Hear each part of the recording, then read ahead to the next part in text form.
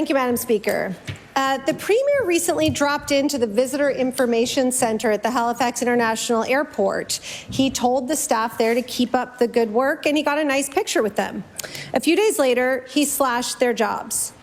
Tourism is the backbone of our economy, and it is the workers who keep that sector running. They deserve better than to be used for a photo op one day and to be laid off the next.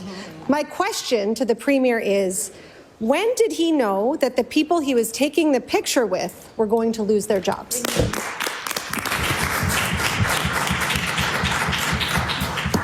I recognize the Honourable Premier. Thank you, Madam Speaker. And we know with this budget, it's a difficult time for this budget, for sure. There's no question about that. I think we've shown over our time in government, when we took office, it was tough. Crisis in healthcare, crisis in housing, crisis in affordability, all because of underinvestment of a decade before us. But we've acted on that. When we could do more, we've done more. We've invested in Nova Scotians. But this is a tough time. Spending is still up overall on this budget across the board.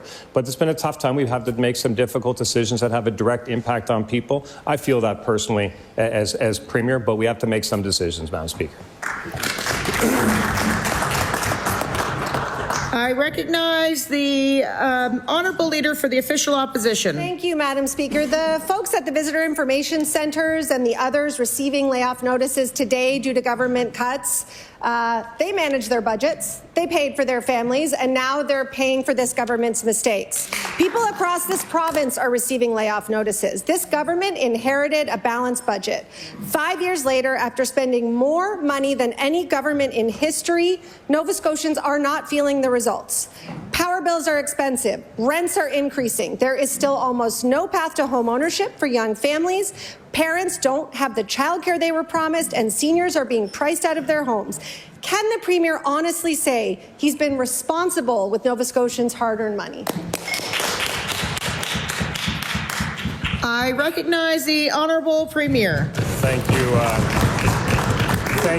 Madam Speaker. And the budget we inherited may have been balanced on paper and the numbers, but we all know how it got balanced. Cuts to healthcare, cuts to education, failure to invest in infrastructure. Madam Speaker, we have invested in Nova Scotians, and we will continue to invest in Nova Scotians. When we can invest in Nova Scotians, we do. We act quickly. The opposition complains about that, say maybe we act too fast, and some days they say that, Madam Speaker. But we respect every Nova Scotian. We try to lead with the values we were raised with: respect, thoughtfulness, and compassion.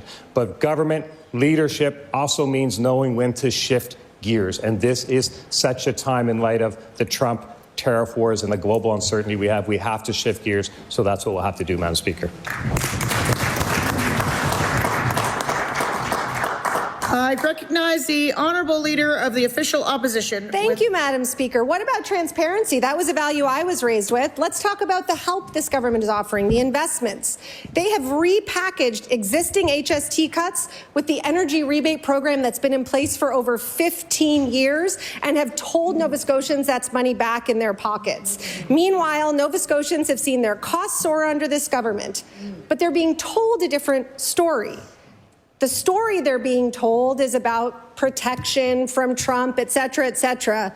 Is this why so many ministerial and communications budgets have gone up in this budget, while Nova Scotians across this province are losing their jobs and organizations are facing cuts?